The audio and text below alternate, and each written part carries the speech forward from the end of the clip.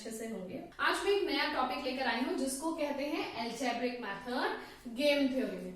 ठीक है, तो गेम थ्योरी की ऑलरेडी मैं बहुत सारी वीडियोस पोस्ट कर चुकी हूँ जिसमें हमने अरिथमेटिक मेथड 2x2 मैट्रिक्स के लिए, डोमिनेंस रूल 2x n और n x2 जैसी मैट्रिक्स के लिए ग्राफिकल मेथड समझ लिया है। अब उसके बाद मैंने आपको लीनियर प्रोग्रामिंग से सॉल्व करना भी बता दिया था गेम थ्योरी की मैट्रिक्स को, दैट मीन सिंप्लेक्स मेथड कैसे लगता है। आज मैं लेकर आई हूं अलजेब्रिक मेथड। ध्यान से सुनिएगा, जब हमारे पास गिवन मैट्रिक्स गेम मैट्रिक्स जो हो उसके डायमेंशंस 3x3 फॉर्म के हो, ठीक है, 3x3 फॉर्म के हो, दैट मीन्स ना तो वो 2x2 हो, ना वो 2x n या m x2 कैटेगरी में हो, उसके अलावा कोई भी कैटेगरी की अगर मैट्रिक्स हो, यूजुअली 3x3 में ही हम अप्लाई करते हैं। तो ऐसे केसेस में जो मेथड अप्लाई होते हैं वो होता है सिंप्लेक्स मेथड या फिर शॉर्टकट मैट्रिक्स मेथड या फिर अलजेब्रिक मेथड। इन तीनों में से कोई भी एक मेथड आप अप्लाई कर सकते हो। लेकिन जब भी ये मेथड आप अप्लाई करने जाओ तो एक बार saddle point that means minimax principle के लिए जरूर चेक करें कि क्या उससे सैडल पॉइंट मिल रहा है। अगर नहीं मिल रहा तो क्योंकि ये n into m फॉर्म की ही मैट्रिक्स कहलाएगी जिसमें n की वैल्यू 3 और m की वैल्यू 3 है, तो क्या इसमें डोमिनेंस रूल अप्लाई हो सकता है कि डोमिनेंस रूल से हम किसी भी कॉलम को और किसी भी रो को रिड्यूस करके इसको 2x2 फॉर्म का बना दे। अगर वो भी नहीं होगा तब हम ऐसे मेथड अप्लाई करेंगे जैसे कि अलजेब्रिक मेथड जो हम आज स्टडी करेंगे, ठीक है, अलजेब्रिक मेथड या फिर LPP that means simplex method या फिर shortcut matrix method, shortcut matrix method. ये तीनों मेथड उस कैटेगरी में अप्लाई किए जाएंगे। ठीक है, तो आज हम यही बात करेंगे अलजेब्रिक मेथड कैसे अप्लाई किया जाता है। ठीक है, एक चीज यहां मुझे और बतानी है, जब आपने ग्राफिकल मेथड अप्लाई किया, जब आपने डोमिनेंस रूल सीखा, तो उसके लिए आपको जरूरी था अरिथमेटिक मेथड आना। ठीक है, क्योंकि वो दोनों जो मेथड्स थे, जो दोनों प्रॉपर्टीज थी, वो रिड्यूस करते थे 2x2 फॉर्म की मैट्रिक्स में, और अरिथमेटिक मेथड ही एक ऐसा मेथड है जो 2x2 मैट्रिक्स को सॉल्व करने का काम करता है। लेकिन क्योंकि जब हम इन तीनों मेथड की बात करें तो इन तीनों मेथड में हमें डायरेक्टली ऑप्टिमल स्ट्रेटेजीज प्लेयर के लिए और वैल्यू ऑफ द गेम मिल जाती है। इन तीनों मेथड के लिए हमें कोई भी सपोर्टिव मेथड नहीं चाहिए, ये भी चीज आपको ध्यान में रखनी होगी। ठीक है, अब थर्ड पॉइंट की बात करते हैं। जब हमने समझ लिया कि अलजेब्रिक मेथड हम क्यों अप्लाई करते हैं और अलजेब्रिक मेथड से हमें वैल्यू ऑफ द गेम मिलती है, तो थर्ड पॉइंट ये राइज होता है कि अलजेब्रिक मेथड के जो अपने स्टेप्स हैं हम वो डिस्कस करेंगे और फिर उनके बेसिस पे हम अलजेब्रिक मेथड का जो क्वेश्चन है हम ये सॉल्व करेंगे। तो लेफ्ट हैंड साइड में स्टूडेंट आपको स्टेप्स अब शो हो जाएंगे।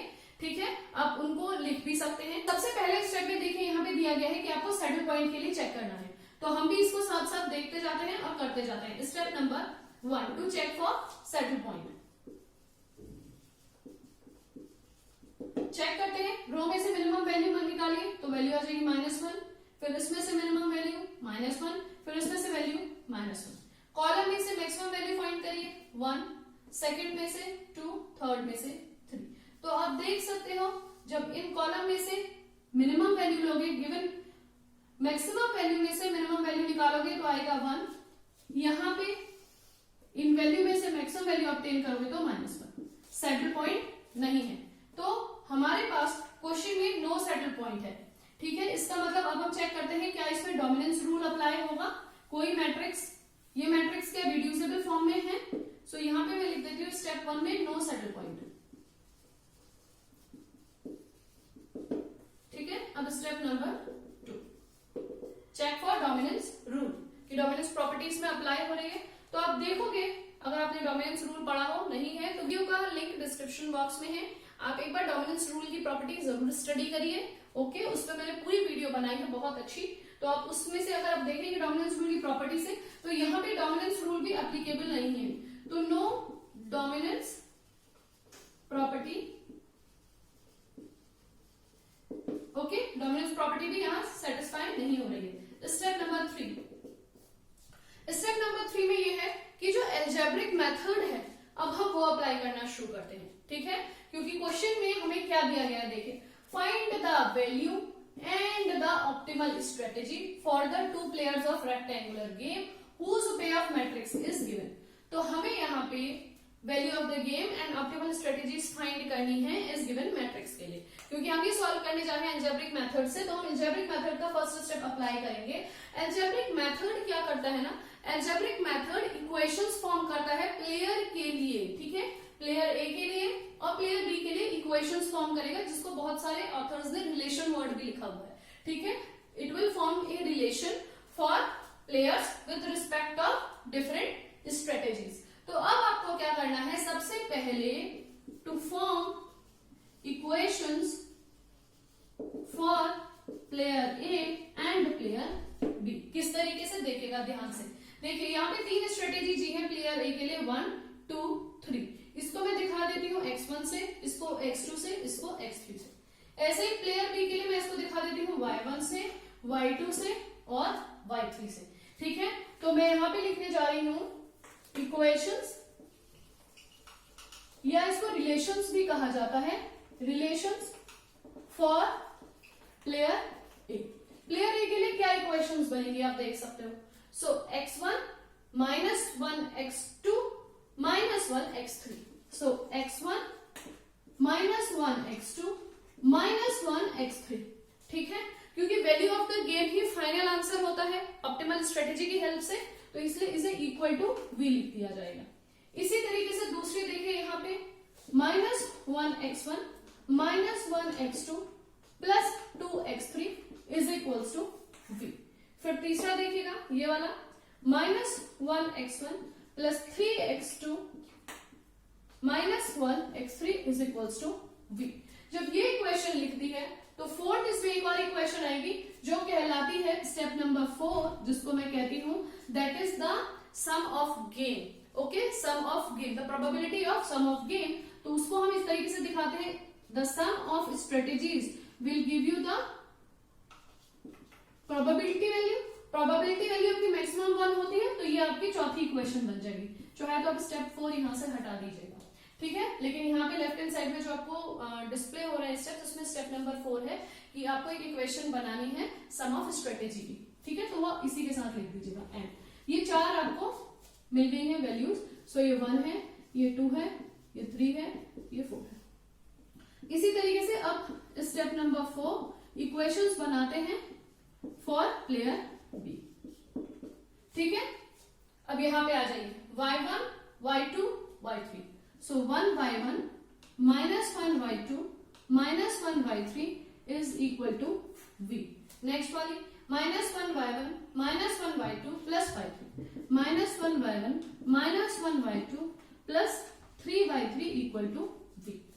Minus 1 y1 plus 2 y2 minus 1 y3 minus 1 y1 plus 2 y2 minus 1 y3 is equals to v, and sum of strategies वाली value, so y1 plus y2 plus y3 is equals to v। तो यहाँ पे आपके पास 4 5 6 7 8 आपके पास 8 equations आ गई हैं, ठीक है। अब आपको क्या करना है, ध्यान से स्टेप नंबर 5 देखिए। यहाँ पे भी आपको स्टेप्स आपको यहाँ भी डिस्प्ले हो गए, वहां पे देखिएगा। इक्वेशंस फॉर्म करने के बाद अब हमें फाइंड करनी है value of x and value of y and the value of v। Step number 5 to find value of v and x and y, ठीक है। v की वैल्यू फाइंड करनी है, x की वैल्यू फाइंड करनी है और y की वैल्यू फाइंड करनी है। That means x1 x2 x3 y1 y2 y3 and v। अगर ये हमें मिल जाता है तो हमें ऑप्टिमल स्ट्रेटेजीज और value of the game find करना है।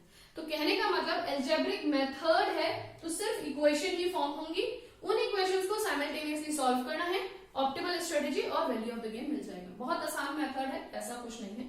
अब मैं आपको सॉल्व करने का टेक्निक भी बता देती हूँ, तो मैं ये वाला पोर्शन ड्रॉप कर दे रही हूँ, ठीक है। ये क्वेश्चन आपको पता ही चल गया कि वी और ऑप्टिमल स्ट्रेटेजीज फाइंड करें। स्टेप नंबर 5 लेके तो देखिए किस तरीके से इक्वेशन सॉल्व होगी। फोर्थ इक्वेशन को हम फर्स्ट इक्वेशन से सॉल्व करेंगे तो 2x2 और x3 कैंसिल हो जाएगा, हमें x1 की वैल्यू मिल जाएगी। इसी तरीके से मैं लिख देती हूँ टू सॉल्व 1 एंड 4। तो देखिए क्या वैल्यू मिली, ये कैंसिल, ये भी कैंसिल, ये भी कैंसिल, ये भी कैंसिल। जब आप ऐड करोगे तो v plus 1 मिल जाएगा। सो 2x1 is equals to v plus 1 तो हमें मिला x1 की वैल्यू v प्लस 1/2। ठीक है, इसी तरीके से यहाँ पे सॉल्व करते हैं। देखिए x1 कैंसिल हो जाएगा, x2 कैंसिल हो जाएगा, हमें x3 में कोई वैल्यू मिल जाएगी। 2 एंड 4 को मैं सॉल्व करती हूँ। ठीक है, तो मुझे मिल जाएगा this cancel, this adding, solving means adding to equation है मेरा कहने का मतलब।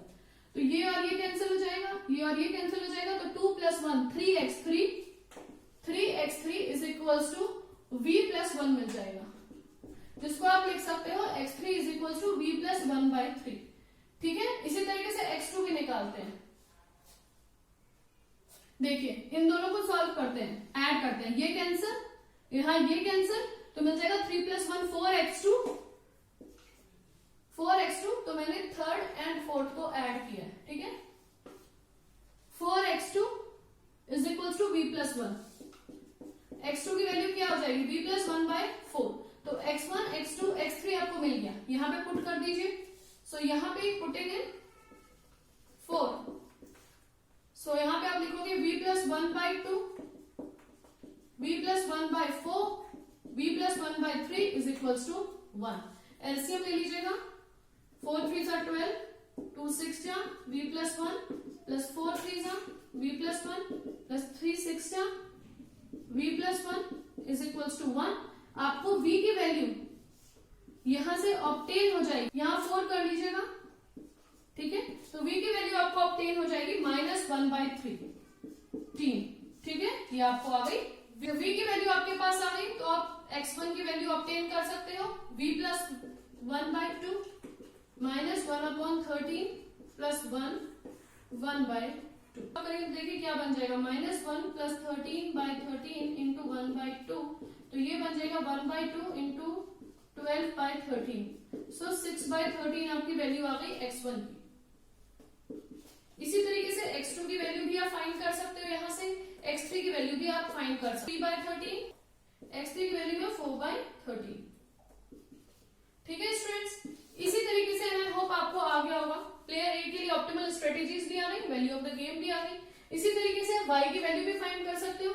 इस वाली इक्वेशन को, 8 वाली इक्वेशन को 5 से, 8 वाली इक्वेशन को 6 के साथ, 8 वाली इक्वेशन को 7 के साथ सॉल्व करके आप y की वैल्यू भी ऑब्टेन कर सकते हो। तो y1, y2 और y3 आपको मिल जाए, आपको फाइंड करना होगा, जिनके लिए आपको फिर इन चारों इक्वेशंस को साइमल्टेनियसली सॉल्व करना होगा।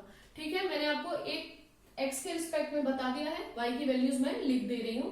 जो स्टूडेंट्स मेरे साथ प्रॉपरली कर रहे हैं उनको y1 की वैल्यू भी चाहिएगी, तो मैं यहाँ पे लिख दे रही हूँ, आप एक बार इसको चेक करिएगा, सॉल्व करिएगा, तो आप कोरिलेट कर पाएंगे। ठीक है ना, सो y1 की वैल्यू आपके पास आएगी v + 1/2, y2 की आएगी v + 1/3, y3 की आएगी v + 1/4।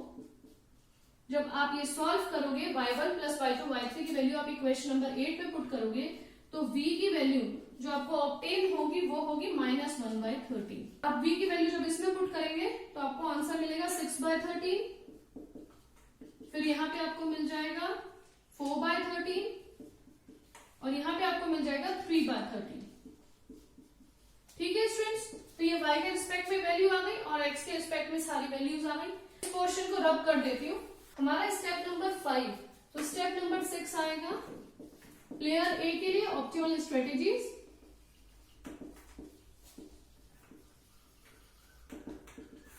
तो वो बन जाएंगी आपकी x1, x2, x3 की वैल्यूज। That means 6/13, 3/13, 4/13।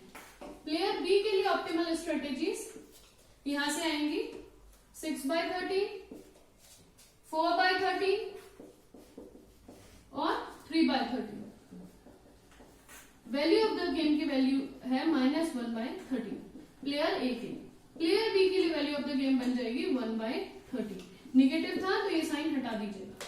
ठीक है, यहाँ इसलिए आया क्योंकि common value of the game आई है। ठीक है स्टूडेंट्स, आई होप कि आपको अलजेब्रिक मेथड अच्छे से समझ में आया हो, मेरे एफर्ट्स आपको हेल्प करें, तो आप प्लीज चैनल को सब्सक्राइब जरूर करिएगा। स्टूडेंट, इस तरीके के क्वेश्चंस अगर आप देखें तो ये एक क्वेश्चन देख के ये मत समझिएगा कि ये क्वेश्चंस आ जाएंगे, 1-2 क्वेश्चंस इस तरीके की प्रैक्टिस करके अपने शॉर्ट नोट्स तैयार करिएगा। Okay, till then good.